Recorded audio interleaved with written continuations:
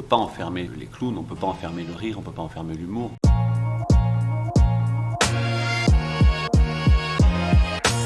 Donc Barthélémy Guéret, je suis co-directeur de la compagnie des Barges et je joue un rôle dans ce spectacle, qui est pas du tout celui-ci d'ailleurs. Non, ni celui-là. Ni celui-là, on joue Ni des celui-là. personnages. Ouais, ça c'est effectivement un autre personnage qui n'apparaît pas dans le spectacle. C'est le genre de clown qu'on n'a pas trop envie de défendre. Moi, je suis Sébastien Elbillot, je suis musicien et comédien. J'ai aussi un rôle dans le spectacle, je sais pas encore lequel. On va voir. Ouais, on va voir. C'est un spectacle qui est né donc d'une idée que j'ai eue il y a très longtemps sur l'idée d'un clown en captivité. C'est une image qui surprend beaucoup au départ parce que c'est complètement antinomique de voir un clown enfermé vu que c'est une image forte de liberté. Mais on avait vraiment envie de s'amuser avec cette image-là et de créer quelque chose de ludique. Le pitch du spectacle, il pense avoir trouvé en tout cas le dernier clown de l'humanité.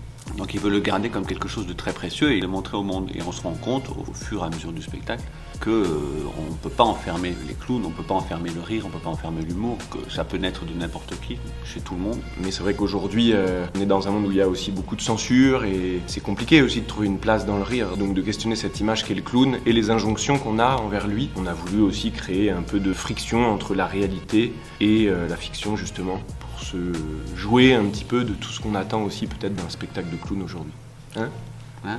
Il parle pas, Il il ne dira rien. Qu'est-ce qu'il est timide, hein ? Qu'est-ce qu'il est vilain.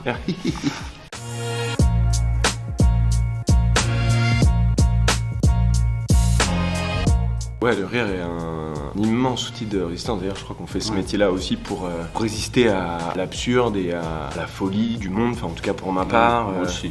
Toi aussi, Oui. tu me disais aussi que tu faisais ça parce qu'on aime rester enfant. Ah bah, complètement. Ouais. On s'échappe de la réalité.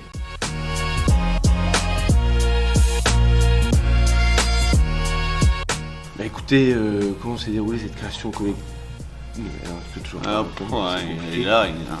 On a eu 8 ou 9 semaines de résidence, je crois. On a été beaucoup soutenus. C'est génial, comme toute résidence, c'est plein d'aléas et de rencontres, d'ajuster. C'est comme une histoire d'amour, de s'écouter, de faire des concessions. Oui, et puis de partir de rien. On n'a pas de texte au départ, on part Ouais. d'une idée. Oui. Et on arrive, le premier jour, et donc, Voilà, qu'est-ce qu'on fait ? Parce que peut-être l'idée pas. en tant qu'auteur, c'est Oui. de ne pas écrire pour les clowns, mais j'estimais que les clowns écrivaient eux-mêmes et elles-mêmes leurs textes. En tout cas, là, on a une metteuse en scène qui nous permet d'ajuster nos jeux, nos textes, notre technique. Voilà.